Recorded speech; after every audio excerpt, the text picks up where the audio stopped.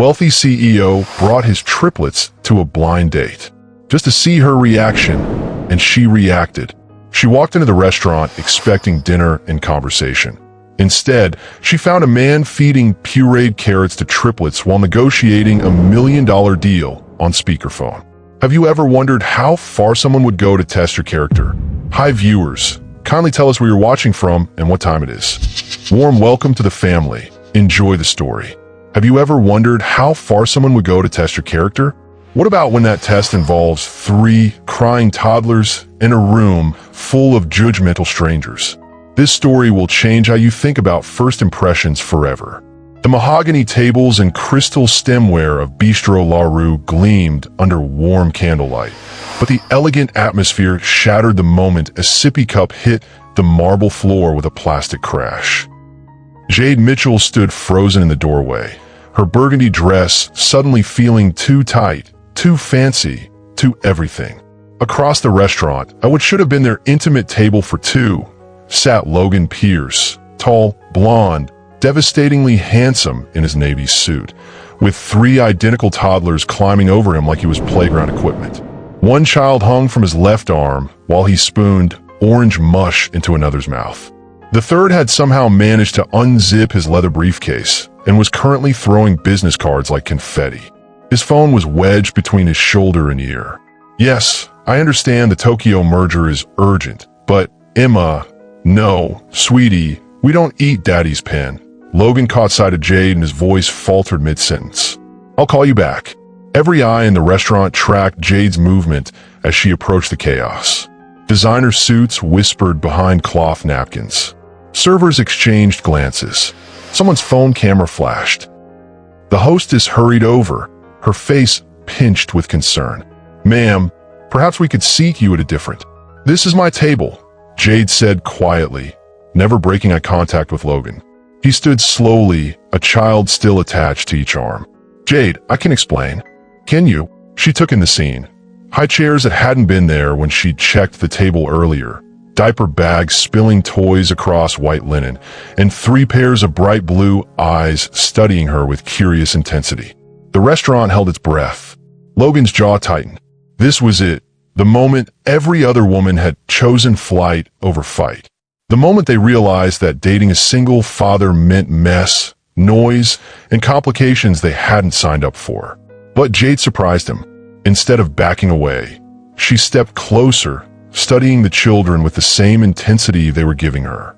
How old? She asked. 3. All of them. Triplets. Not a question, just acceptance. The little girl, Emma, he called her, stretched out a carrot-stained hand toward Jade's face. Without hesitation, Jade leaned down so the tiny fingers could touch her cheek. Pretty, Emma declared solemnly. So are you, baby girl. Logan watched, mesmerized, as this woman he'd known for all of 30 seconds did something no one else had managed in 2 years of dating. She looked at his children and smiled like they were a gift, not a burden. Would you stay or walk out? Have you ever been completely blindsided on a date? Drop your reaction in the comments.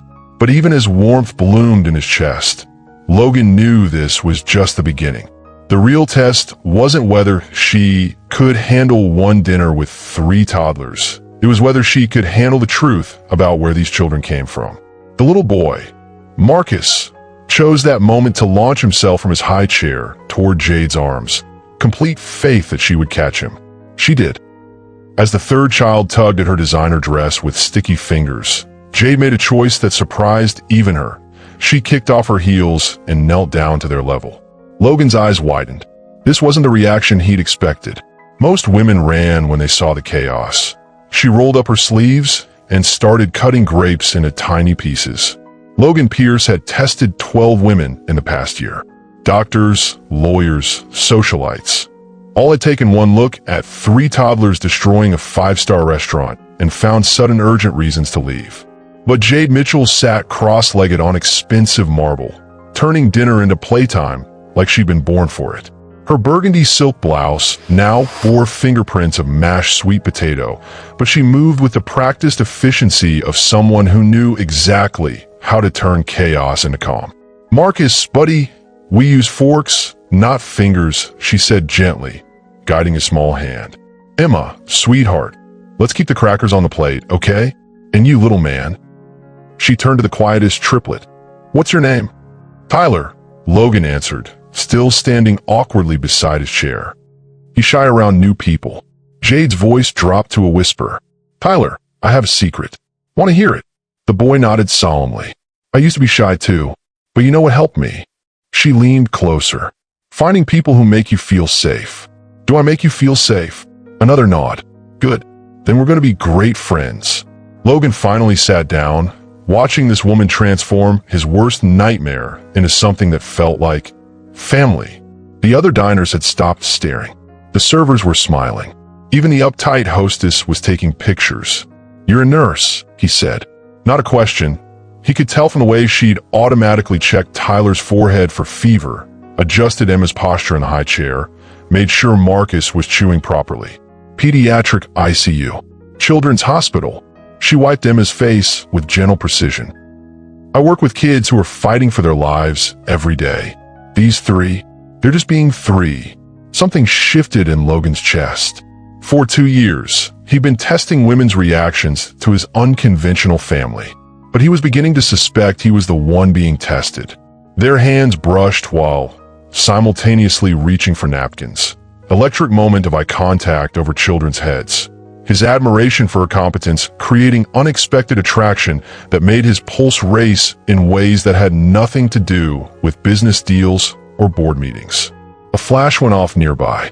A teenage girl at the next table was recording everything, her phone capturing Jade's natural interactions with the children. "Ma'am, I'm sorry." Logan started to object, but Jade held up a hand. "It's okay," she said.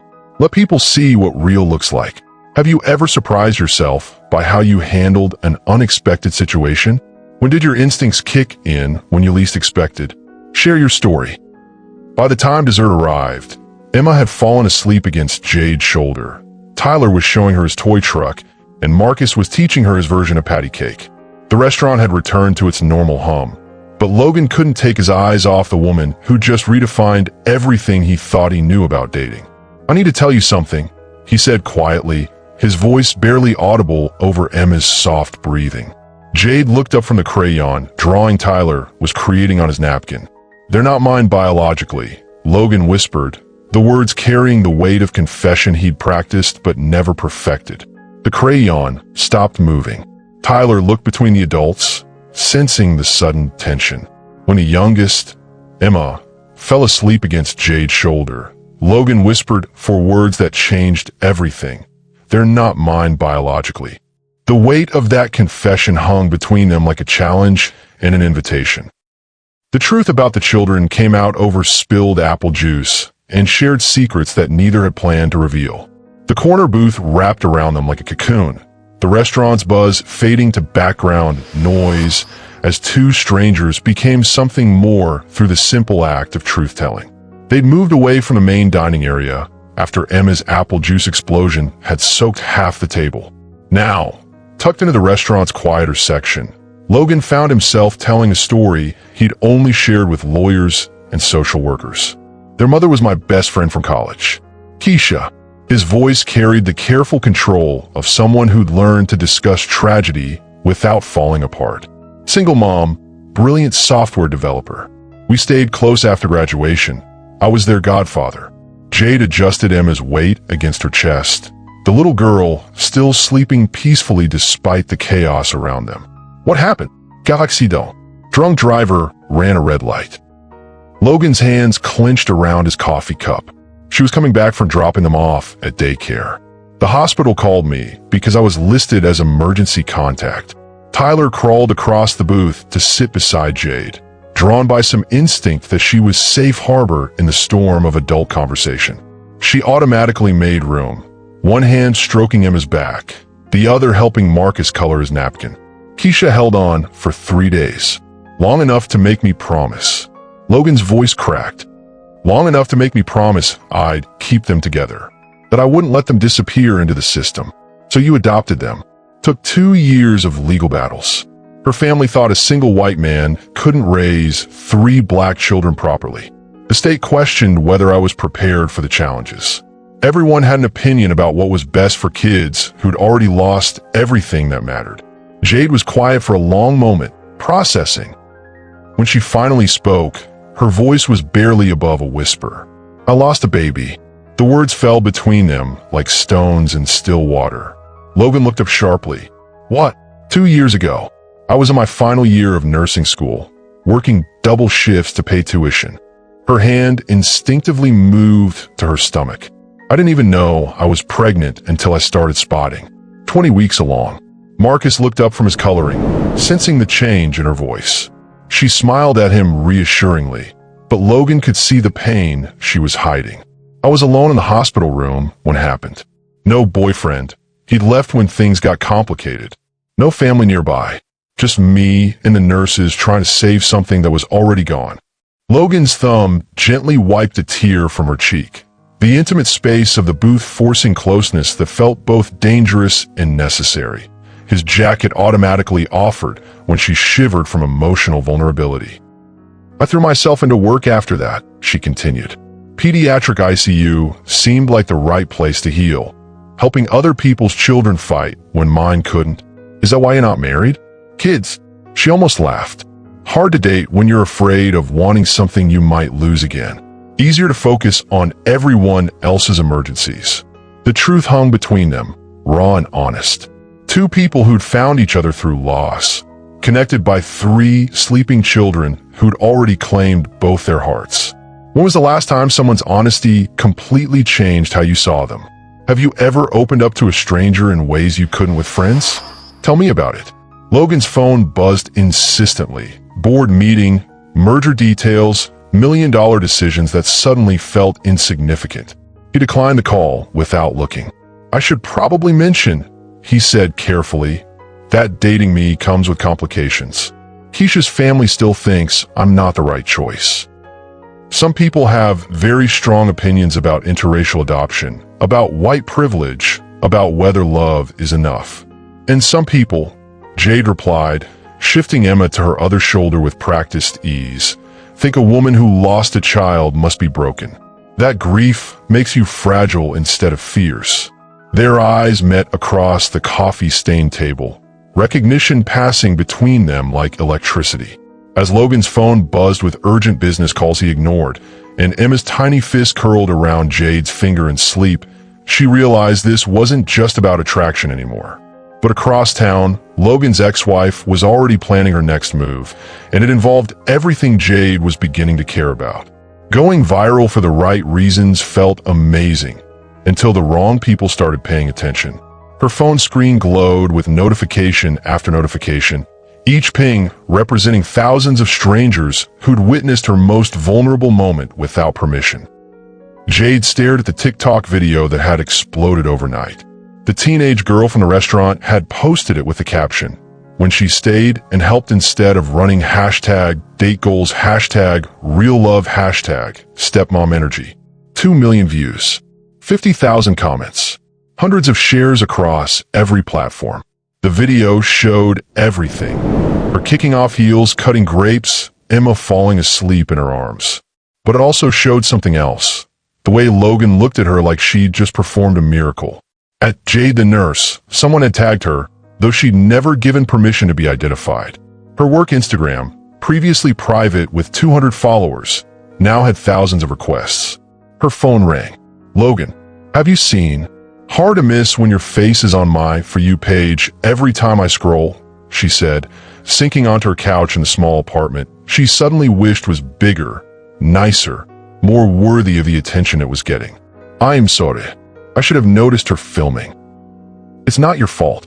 She scrolled through comments, most positive but some cutting deep. "Listen to some of these. She's just trying to bag a rich man. Gold digger alert. Those poor kids don't know she's using them for clout. Don't read those." Or this one. "Bet she's pregnant by Christmas." Apparently, helping children eat dinner is now a strategic business plan. Logan was quiet for a moment. When he spoke again, his voice carried a tension she hadn't heard before. "There's something else." Victoria called. "Victoria. My ex-wife." She saw the video. Jade sat up straighter. "Ex-wife? You didn't mention." "Because she's not relevant. We divorced 3 years ago, no kids together. She moved to California for her career. But apparently, viral videos travel fast. What did she want? To express her concerns about my parenting choices. Specifically, about exposing the children to unstable situations and unknown individuals. The words hit Jade like cold water. Unknown individuals. Meaning me. Meaning she's looking for reasons to cause problems. They'd moved from the restaurant to his car afterward. The children finally calm and buckled into car seats that spoke of experienced single fatherhood. In the quiet darkness of the parking garage, Logan had kissed her, soft, hesitant, full of promise. Now that promise felt threatened by people who didn't even know her name. Have you ever gone viral? Was it worth the attention? How do you handle when your private moments become public? Drop your experience below. Logan, I need to ask you something, and I need you to be completely honest. Anything. Is this some kind of test? Did you bring the kids to see how I'd react, knowing it might get filmed, knowing it would get attention? The silence stretched too long. Logan, not the filming. I had no idea about that. His voice was careful, measured. But yes, I brought them to see how you'd react. I've been burned before. By women who thought they wanted the whole package until they realized what that actually meant. So you test people. I protect my children. And now your ex-wife is using that protection as ammunition against you. Apparently. Jade closed her eyes, feeling the weight of viral fame and family drama settling on her shoulders like a heavy coat. 24 hours ago, she'd been a single nurse whose biggest worry was covering extra shifts. Now she was internet famous and potentially involved in someone else's custody issues. Where do we go from here? She asked. That depends. Are you ready for this to get complicated? Through her apartment window, she could see a car that had been parked across the street for the past hour. The driver seemed to be watching her building. The legal papers arrived at Logan's office the next morning with a message that made his blood run cold, endangering minors by exposing them to unstable individuals. His ex-wife wanted the children back, and she was using Jade as ammunition. She thought dating a single father was complicated until private investigators started following her to work. The hospital corridors where she worked her shifts now felt different. Every shadow potentially hiding someone with a camera, every colleague's glance carrying questions she couldn't answer. Jade, you've got visitors, her supervisor mentioned casually during shift change. 2 people in suits asking questions about your character, your stability, your fitness to be around children. Jade's blood ran cold. What kind of questions? Employment history, any criminal background, substance abuse issues. Standard stuff for custody investigations, but Dr. Martinez hesitated. I worked here 15 years. This felt more like they were building a case than conducting a routine check.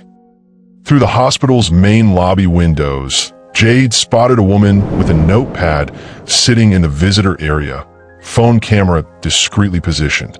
The same woman who'd been outside her apartment yesterday. Her phone buzzed. Logan, they got your job? And my apartment manager, my neighbors, probably my grocery store cashier by now. She ducked into an empty patient room, needing privacy.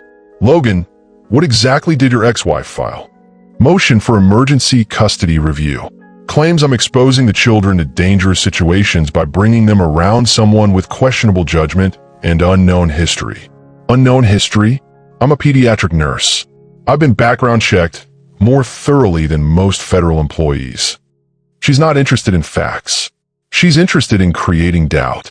Jade sank into the bedside chair, suddenly understanding the weight Logan had been carrying for 2 years. Every date, every relationship, every moment of potential happiness filtered through the lens of what was best for 3 children who'd already lost too much. There's more, Logan said quietly. She hired Marcus, Tyler, and Emma, a child psychologist, to evaluate their adjustment, scheduled for this weekend. That doesn't sound bad. The psychologist specializes in cases involving parental unfitness and child removal.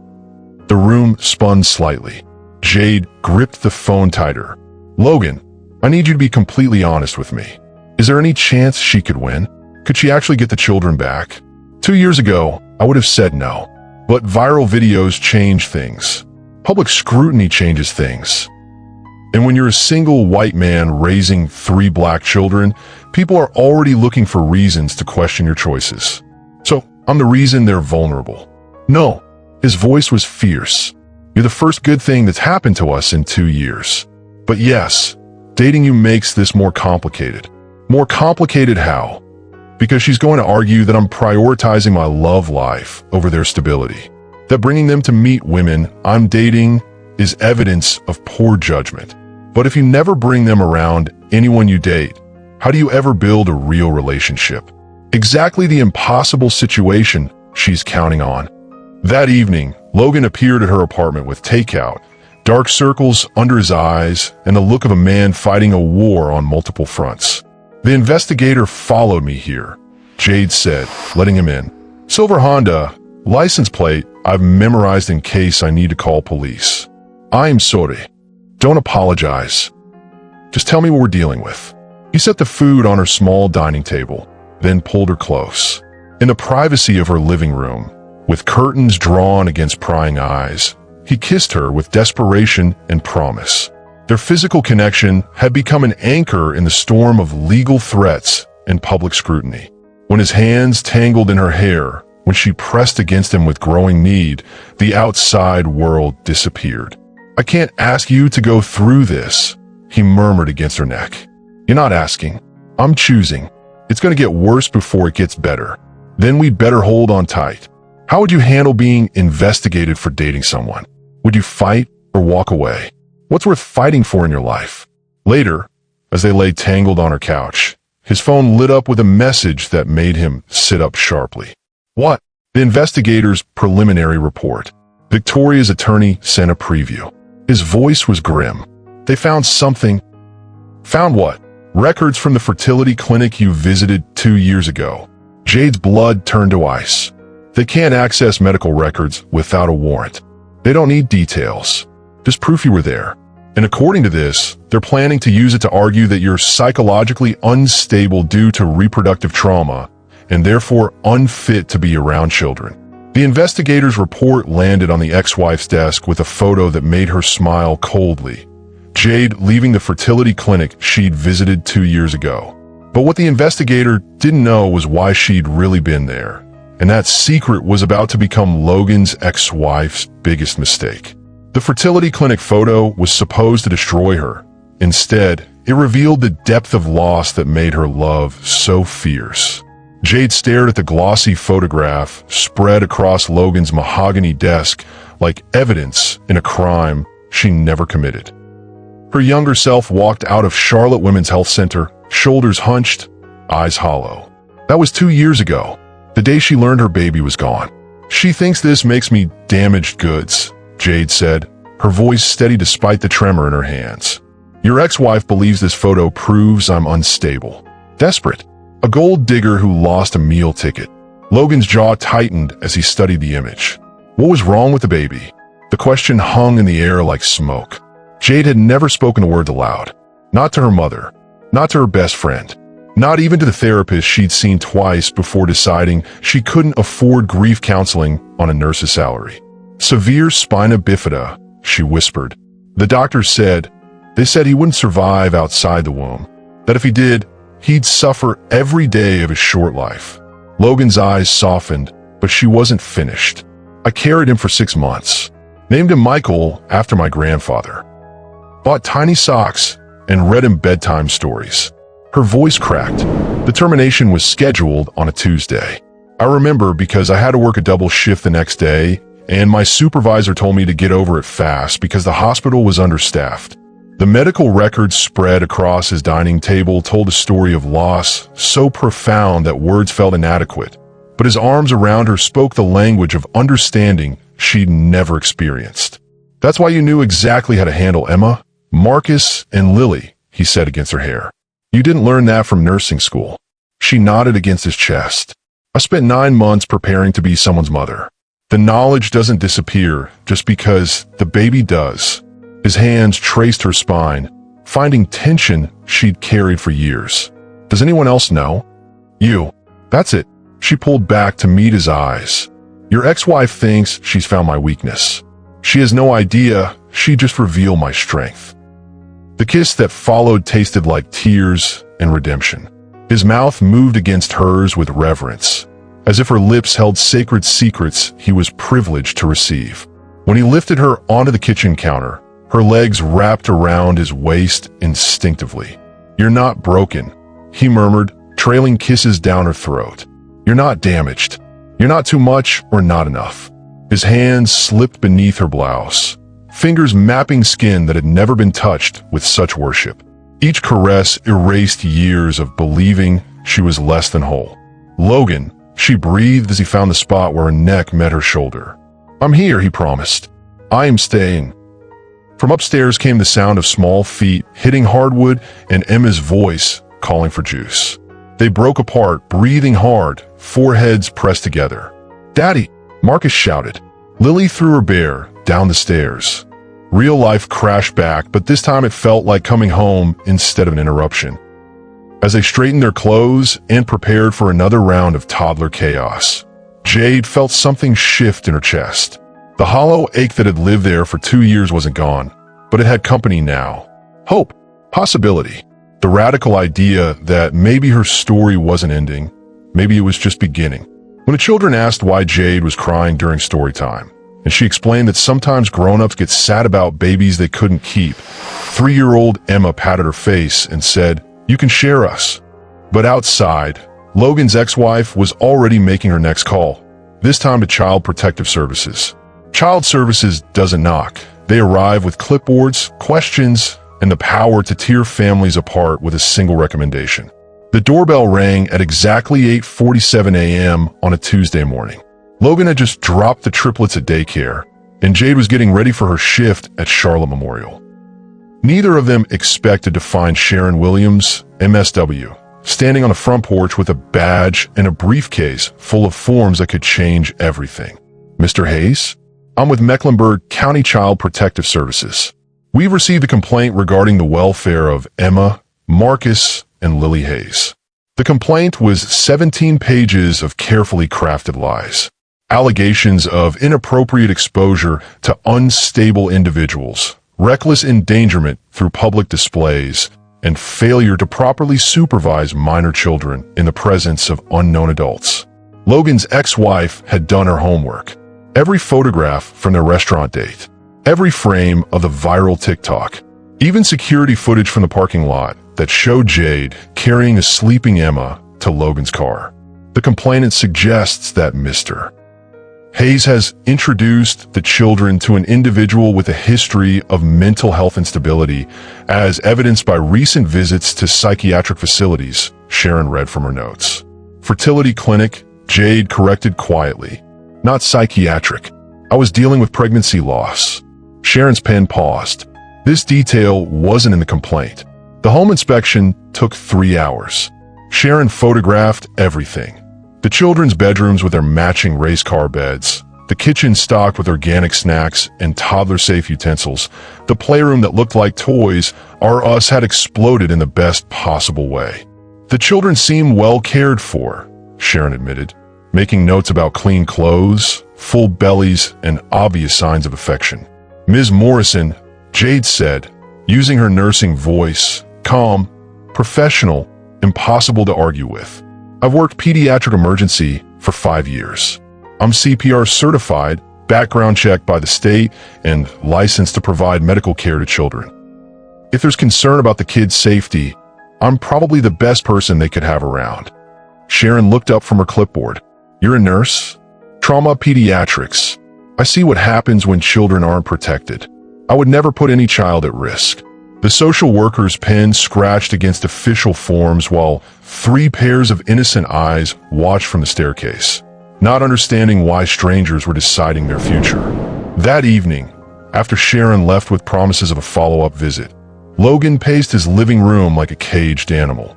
Stress radiated from every line of his body, and when Jade reached for him, his response was immediate and desperate. He backed her against the wall, mouth crashing against hers with the hunger of a man who needed to feel something real. His hands tangled in her hair, and she could taste the fear on his tongue. They could take them, he said between kisses. They could actually take my kids. No, she said firmly, pulling back to meet his eyes. They can't, because we won't let them. The social worker's preliminary report recommended temporary removal of the children pending further investigation. But what she didn't know was that Jade had been documenting every interaction, every threat, every lie, and she was about to turn the tables in a way no one expected. They underestimated the quiet nurse with the gentle hands, until she revealed the strategic mind that had gotten her through medical school on scholarships and determination. The evidence folder was 2 inches thick. Jade had spent her off days building a case that would make any lawyer proud. Time-stamped photos of the children before and after their time with her, character references from colleagues, documentation of every threat and harassment attempt from Logan's ex-wife. She filed false complaints with 3 different agencies. Jade explained to their attorney, spreading documents across the conference table. Child Services, the medical board claiming I was practicing without supervision, and the police saying I was stalking her family. The conference room transformed into a war room. Legal documents spread like battle plans while outside the floor-to-ceiling windows, Charlotte's skyline glittered with the promise of victory. Logan watched in amazement as Jade presented her research. This wasn't the vulnerable woman who'd cried his arms 3 nights ago. This was the strategist who'd graduated summa cum laude while working 3 jobs and caring for a sick mother. The complaint says Jade has no experience with children, their lawyer noted. I've been a pediatric trauma nurse for 5 years, Jade replied, sliding across her employment records. I've saved more children's lives than most people see in a lifetime. The complaint also claims I'm financially unstable and seeking monetary gain through association with Mr. Hayes. She produced bank statements showing steady savings, excellent credit, and 0 debt. Finally, Jade said, her voice taking on an edge that made everyone in the room sit up straighter. The complaint suggests I'm a bad influence on the children due to my unprofessional behavior in public. The video played on a laptop screen, not the viral TikTok, but security footage from the restaurant's private cameras. Clear audio, multiple angles. Logan's ex-wife could be seen in the background, filming on her phone and making gestures to other diners, clearly orchestrating the public attention she later claimed was harmful to the children. She created the circus she's now complaining about, their attorney said with satisfaction. The hearing lasted 45 minutes. Logan's ex-wife arrived with her own lawyer and a folder of printed social media posts, thinking she was prepared for battle. She wasn't prepared for Jade's methodical destruction of every false claim. Your Honor, Jade said when given the chance to speak, I've dedicated my career to protecting children. I would never do anything to harm Emma, Marcus, and Lily. The evidence shows that the only person putting these children at risk is the woman filing frivolous complaints to punish their father for moving on with his life. That evening, they celebrated at home with pizza and sparkling cider. The children built blanket forts while Logan and Jade found a few minutes alone in the kitchen. Remind me never to get on your bad side, Logan said, pulling her close. Too late for that, she teased, but her eyes were serious. This was about protecting our family. Our family, he repeated, liking the sound of it. His kiss tasted like victory and promises. When he lifted her onto the counter between the pizza boxes and juice cups, she laughed against his mouth. The judge's ruling was swift and decisive. The children would remain with Logan, and the frivolous suits would be dismissed. But as they celebrated, Emma tugged on Jade's dress and whispered 6 words that stopped her heart. When are you marrying our daddy? She came to dinner expecting to get to know his children better. She left understanding that families aren't born, they're chosen. Sunday dinner had become a tradition nobody planned, but everyone expected. The kitchen island became command central for homework, snacks, and sippy cups, while jazz music drifted from hidden speakers and the scent of homemade cornbread filled spaces that had never felt this much like home. Jade, can you help me with my letters?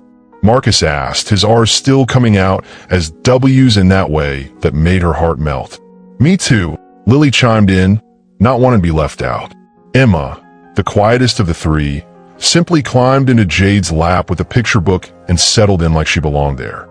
Logan watched from the stove, where he was stirring mac and cheese.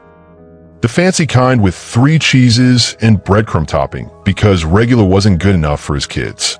The domestic scene should have felt overwhelming. Instead, it felt like puzzle pieces finally clicking into place. "Miss Jade," Emma said carefully, "are you our bonus mom now?" The question hit Jade square in the chest. She'd heard the term before, bonus mom, bonus dad, a gentler way of describing step relationships that honored everyone involved. "Do you want me to be your bonus mom?" she asked softly. All 3 children nodded enthusiastically. "Then yes," Jade said, her voice thick with emotion. "I'm your bonus mom." Logan's wooden spoon clattered against the pot. When he turned around, his eyes were suspiciously bright. Later, after baths and bedtime stories and the complex negotiation of who got which stuffed animal, Logan found Jade cleaning up the kitchen. She'd kicked off her heels and was humming along to the music while loading the dishwasher. "You don't have to do that," he said, but his tone suggested he hoped she'd keep doing it forever. "I want to," she replied simply. He moved behind her, arms circling her waist, chin resting on her shoulder. "Bonus mom." "Bonus mom," she confirmed, leaning back against his solid chest. His hands found the hem of her sweater, fingers tracing patterns on her skin. "I love watching you with them. I love being with them." She turned in his arms, meeting his intense gaze. "With all of you." The kiss started gentle, but quickly turned heated. His hands tangled in her hair, while hers fumbled with the buttons of his shirt. The kitchen counter proved the perfect height when he lifted her up, her legs wrapping around his waist. "The kids," she whispered against his mouth. "Asleep," he murmured, trailing kisses down her throat. Door looked. "We have maybe 10 minutes before someone needs water or has a bad dream." 10 minutes, she challenged, nipping at his earlobe. "I work well under pressure," he growled, making her laugh. Their quiet moments stolen between school pickups and bedtime routines had become precious. Not just the physical connection, but these glimpses of the life they were building together.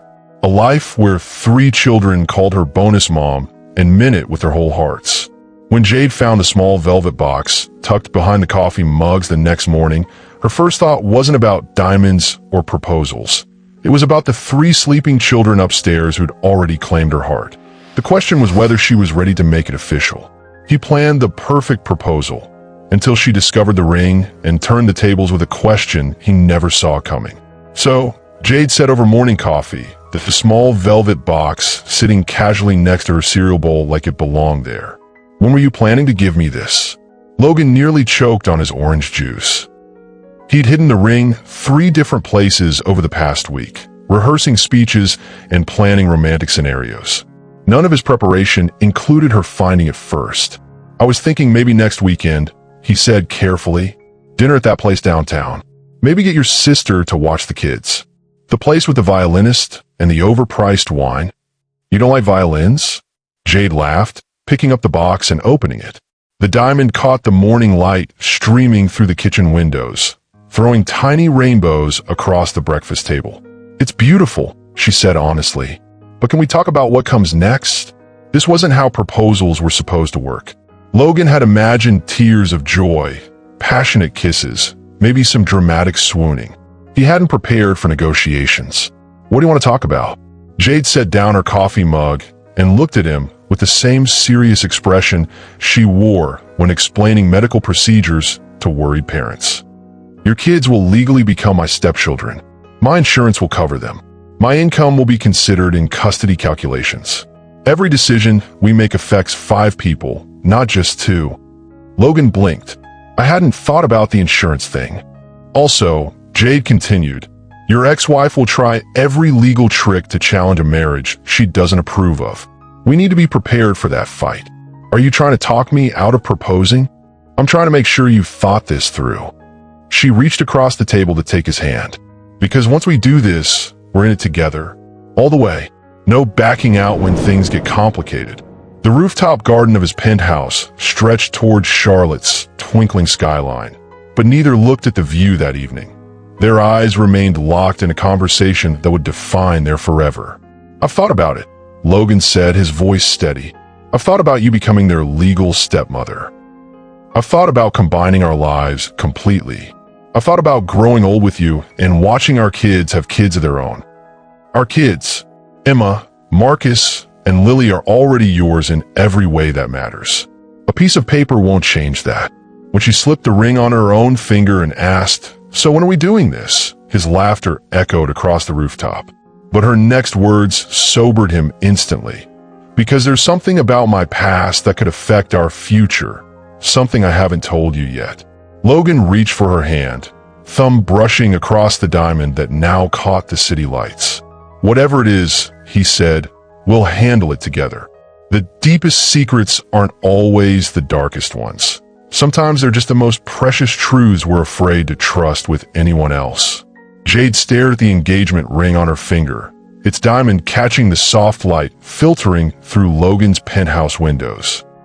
The children were finally asleep after an evening of excited chatter about weddings and pretty dresses. Now came the hard part, the conversation she'd been avoiding for weeks. "There's something else you need to know," she said, her voice barely above a whisper. "About why I was so scared when those investigators dug into my medical history." Logan set down his coffee and turned to face her fully. The city lights of Charlotte twinkled behind him, but his attention was completely focused on her. "After I lost the baby, the doctors told me something." Her hands twisted in her lap. "They said the complications might make it nearly impossible for me to get pregnant again. That's why I was at the fertility clinic 2 years ago, not trying to get pregnant, but finding out if I ever could." The silence stretched between them like a hell breath. And Logan's voice was gentle, patient.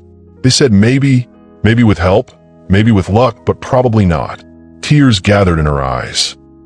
"I didn't tell you because I was afraid you'd leave.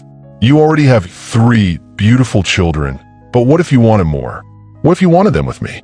Logan moved closer, his hands covering hers. "Jade, look at me."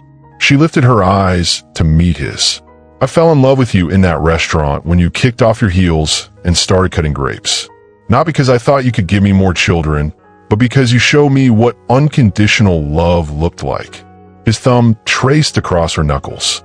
"If we never have biological children together, we have Emma, Michael, and Sophie. If we do, that's a bonus. Either way, we're already a family." The engagement party 3 weeks later proved just how right he was. Jade's colleagues from the hospital mixed easily with Logan's business associates, while the children charmed everyone they met. Her mother, finally strong enough to travel for Baltimore, held court in the corner, telling anyone who would listen about how her daughter had found a man worthy of her strength. "You sure about this white boy?" her cousin Denise whispered during dinner, nodding toward Logan as he patiently wiped Sophie's face for the 3rd time. Jade watched as Logan caught Emma before she could tumble off her chair, then seamlessly continued his conversation with the hospital administrator about funding for community health programs. "Look at him," Jade said softly. "Really look." Denise followed her gaze just as Michael accidentally knocked over his juice cup. Without missing a beat, Logan grabbed napkins while continuing to discuss health policy, his movements automatic and uncomplaining. "Okay," Denise admitted. "I see it." Later that night, after the last guest had gone home and the children were tucked into bed, Logan found Jade standing on the balcony, still wearing her engagement party dress.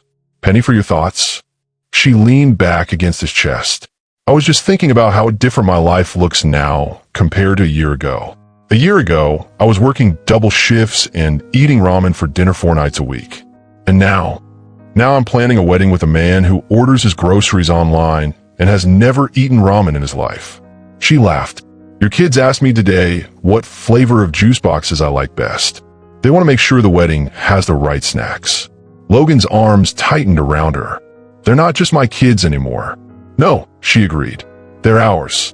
The positive pregnancy test appeared 2 weeks before the wedding. But instead of joy, Jade felt terror. After years of believing she couldn't conceive, this unexpected miracle felt too good to be true. And given her history, she wasn't sure she could survive losing another child. The baby she thought was impossible became the test of whether their love could survive not just joy, but the fear of losing everything they'd built. Jade stared at the plastic stick in her trembling hands. 2 pink lines, clear as day, unmistakable as sunrise. Pregnant, after everything the doctors had told her. After years of believing her body was broken. After making peace with the idea that Logan's 3 children would be the only ones she'd ever mother. The bathroom door felt like a barrier between her old life and whatever came next. On the other side, Logan was probably helping the children with their bedtime routines, completely unaware that their world was about to shift again. She opened the door to find him waiting in the hallway, concern written across his face. "Everything okay? You've been in there for 20 minutes." Instead of answering, she held up the test. Logan's eyes went wide. "Is that positive?" The word came out like a confession. His reaction was instant and overwhelming. He lifted her off her feet, spinning her around until she was dizzy with laughter and fear in equal measure. "We're having a baby," he said, his voice full of wonder. "Our baby." "Logan, wait." She pulled back to look at him. "I'm scared." The joy in his expression shifted to understanding. Of course she was scared. Last time she'd been pregnant, she'd lost everything. "Talk to me," he said, setting her down gently. "What if something goes wrong again? What if my body can't? Then we'll handle it together." His hands cupped her face. "But what if everything goes right? What if this is exactly what's supposed to happen?" The children's reactions the next morning ranged from confusion to excitement. Emma immediately placed her small hand on Jade's still flat stomach and declared she was going to teach the baby how to tie shoes.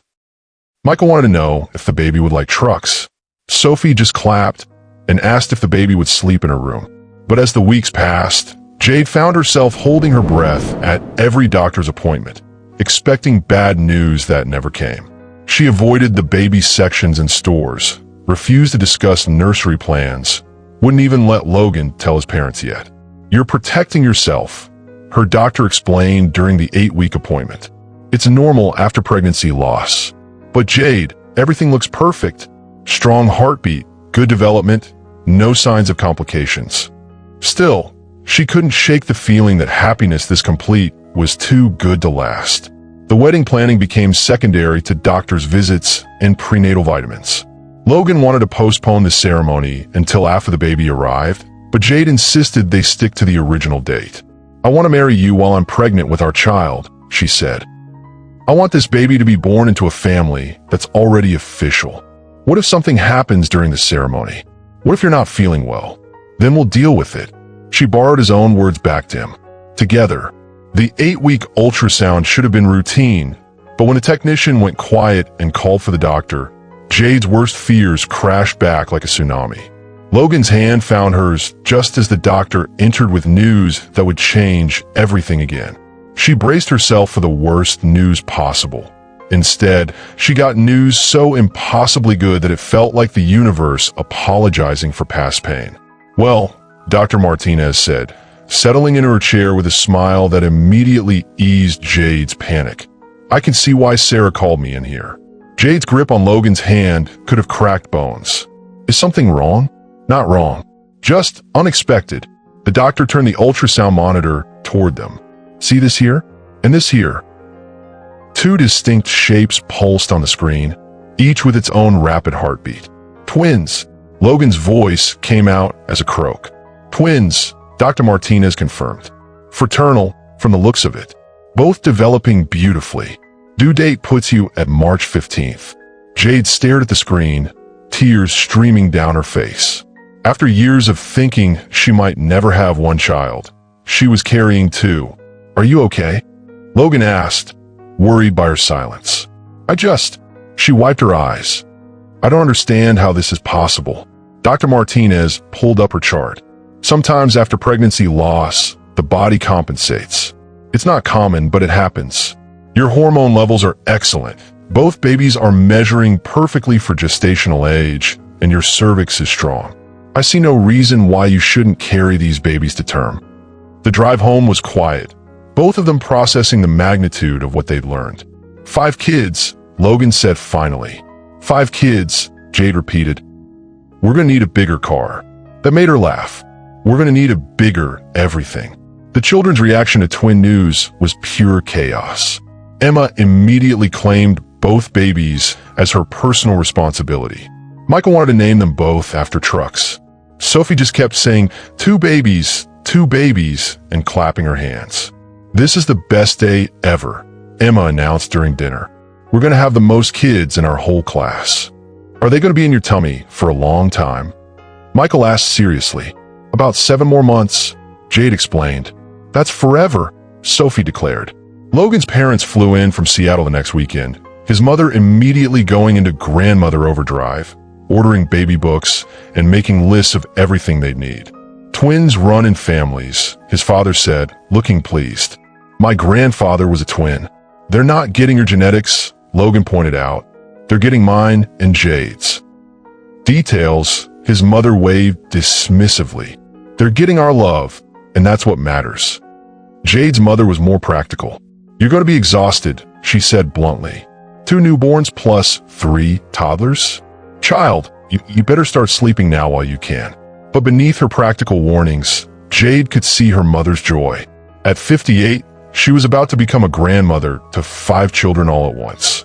The wedding venue coordinator asked how many children would be in the ceremony, and Jade realized with stunning clarity that she needed to count on both hands. From the woman who once thought she'd never be a mother to one expecting twins while already loving triplets.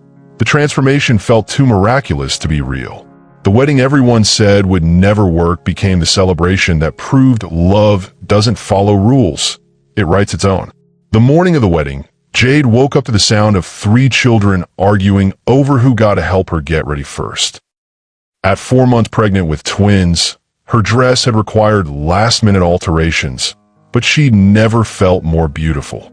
Jade, you look like a princess, Emma whispered as the seamstress made final adjustments to the flowing ivory gown that accommodated her growing belly. A princess with a baby bump, Michael added matter-of-factly. 2 baby bumps, Sophie corrected, because she'd taken her role as twin keeper very seriously. The ceremony took place in the botanical gardens just outside Charlotte, where magnolia trees provided natural cathedral walls and the late afternoon sun filtered through leaves like nature's own lighting design. Logan's business associates mixed with Jade's hospital colleagues, while children from both families served as an enthusiastic wedding party. As Jade walked down the petal-strewn path, her mother on one side and Logan's father on the other, a compromise that had taken weeks to negotiate, she caught sight of Logan waiting at the altar. He was crying already, and the ceremony hadn't even started. Emma, Michael, and Sophie stood beside him, each holding a small bouquet and grinning like they'd personally arranged this entire celebration. Dearly beloved, the minister began, we gather today to witness the union of Logan and Jade and the blessing of their blended family. The vows they'd written were simple but powerful.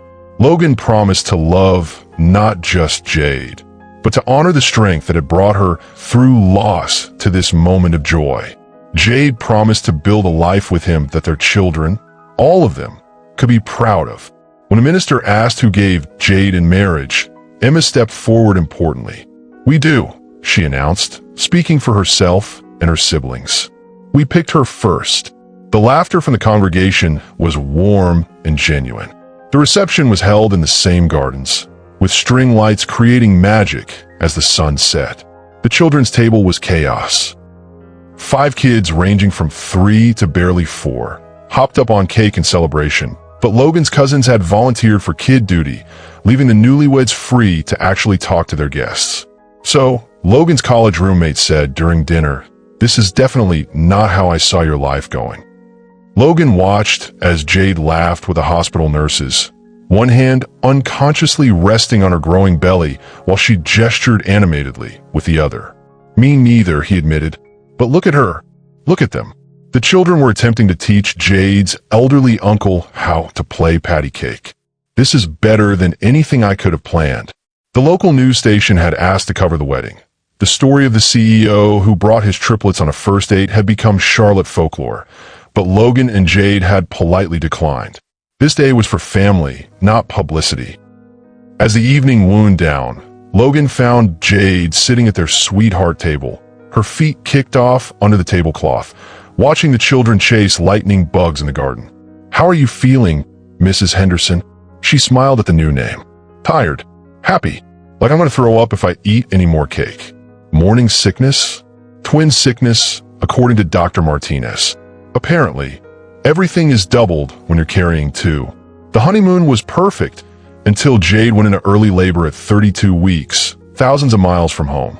As Logan held her hand in a foreign hospital, both realized their greatest test wasn't behind them. It was just beginning. The premature twins who fought for their first breaths became the final proof that their love story was never about perfect timing. It was about perfect love. The Santorini Hospital wasn't equipped for premature deliveries, but Dr. Petros had trained in London and spoke perfect English, which helped when Jade's water broke 3 weeks into their honeymoon.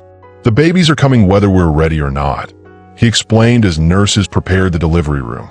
32 weeks is early, but not dangerously so. Many babies born at this stage do beautifully. Logan held Jade's hand as contractions intensified, both of them trying not to panic about being so far from home, from their regular doctors, from the children who were staying with Logan's parents in Seattle. 8 hours later, Catherine Marie Henderson arrived first, weighing 4 pounds, 2 ounces, followed 3 minutes later by her brother James Logan Henderson at 4 pounds, 6 ounces. They were tiny, red, and absolutely perfect. "They're breathing on their own," Dr. Petros announced as the NICU team checked them over. "Strong heartbeats, good color. These little ones are fighters." The next 2 weeks passed in a blur of hospital visits, phone calls to reassure family back home, and a strange joy of bonding with babies who fit in Logan's palms, but had personalities already emerging. Katie was clearly the more demanding twin, crying with authority when she was hungry. James was content to observe the world with serious dark eyes that looked exactly like Jade's. "Emma keeps asking when she can hold them," Logan reported after one of his daily calls to Seattle. "Michael wants to know if they like trucks yet. Sophie is convinced they're cold and has instructed my mother to buy them more blankets." When they finally brought the twins home to Charlotte, the children's excitement was overwhelming. Emma had appointed herself head big sister, creating schedules for when everyone could visit the babies. Michael had built them a garage out of blocks for when they're bigger and want to play cars. Sophie had given up her favorite stuffed animal to keep in their nursery. The house transformed overnight. The quiet elegance of Logan's bachelor penthouse was replaced with the beautiful chaos of a family home. Cribs appeared in the master bedroom. The kitchen counter became a staging area for bottles and burp cloths. The living room was overtaken by bouncy seats and playmats. Jade often found herself standing in doorways, just watching. Logan feeding Katie while helping Michael with a coloring book. Emma reading picture books to James in exaggerated dramatic voices. Sophie patting both babies' heads and singing off-key lullabies. "A year ago, I thought my life was over," she told her mother during one of their daily phone calls. "I was working myself to death just to pay your medical bills, and I couldn't see any way out. And now I have 2 babies, 3 stepchildren, and a husband who orders diapers online like he's running a small corporation." Her mother laughed. "That boy does everything with spreadsheets, doesn't he?" He color-coded the feeding schedule. Of course he did. The twins' first Christmas was chaos perfection. The children had insisted on buying presents for the babies, which resulted in Katie and James receiving more toys than they could use in the first 5 years of life. But watching Emma carefully help the twins open their gifts, seeing Michael demonstrate how every toy worked, and listening to Sophie explain Christmas to babies who slept through most of the celebration, it was exactly the kind of perfect Jade had learned to love. What would you have done if someone showed up to your first date with triplets? Would you have stayed or left? Tell me in the comments. And don't forget to share what you learned about love from this story. If this story moved you, hit that like button and subscribe for more real-life, inspired tales that prove love comes in the most unexpected packages. Comment below with your own story of when someone surprised you by seeing your heart instead of your circumstances. And remember, the best love stories don't start with perfection. They start with someone brave enough to stay when things get beautifully complicated.